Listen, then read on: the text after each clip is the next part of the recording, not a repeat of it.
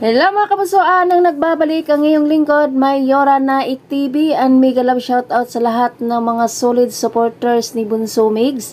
At syempre, lalong-lalo na sa ating mga OFW na hindi nagsasawang sumuporta kay Bunso Migs. At ang ating vlog sa araw na ito mga kabunsuan, ako ay nahihiwagaan sa aking nakalap na ito na mayroong blend item.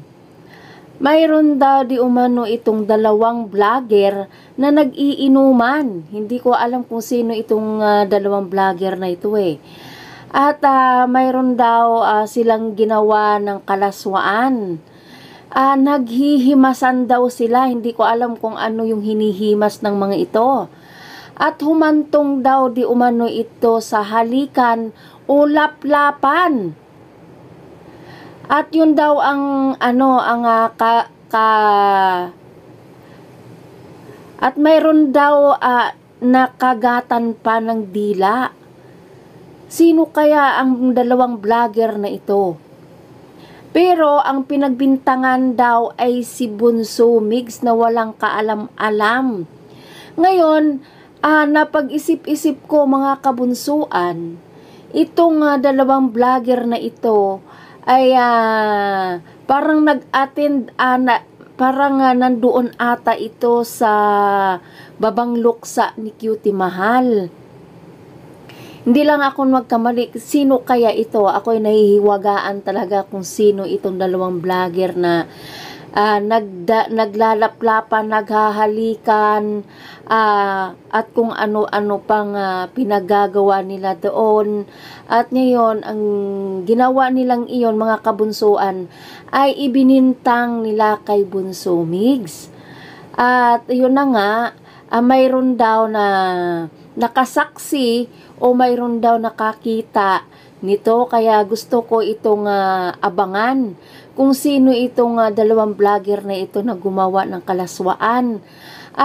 Hindi naman, ang pagkakaalam ko, parang pareho itong lalaki eh. Itong nakalap ko na itong chismis, kung baga mga kabunsuan. Kaya ako'y sabi ko, sino kaya itong dalawang ito? Ito ang aabangan natin kung sino ba ang dalawang ito. At ayan na nga mga kabunsuan, at mayroon din nag-react doon sa dalawang iyon na ang sabi nila ay kailangan, sabi niya, ilabas ang blend item para ang saya-saya. Sabi ng isang marites din. Ang sabi naman ng isa, kagantihan sa balahuraan o masakit gustong manakit, balahura pamor. Ayan ang sabi niya. At saka ang sabi pa ng isa, sila pala ang may tinatago, kumusta naman kaya si Tisoy?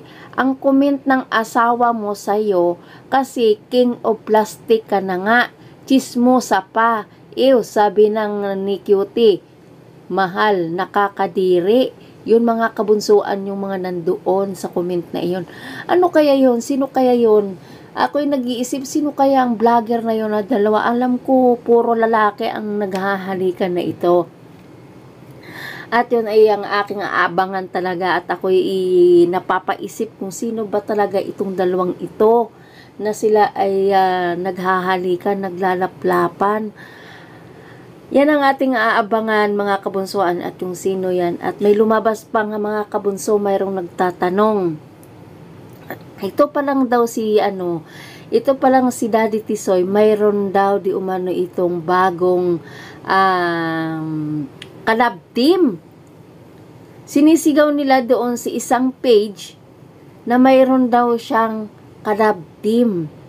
Totoo kaya yung mga hinahala, yung mga agam-agam ng mga fans doon na mayroong namumuong love team itong dalawang ito?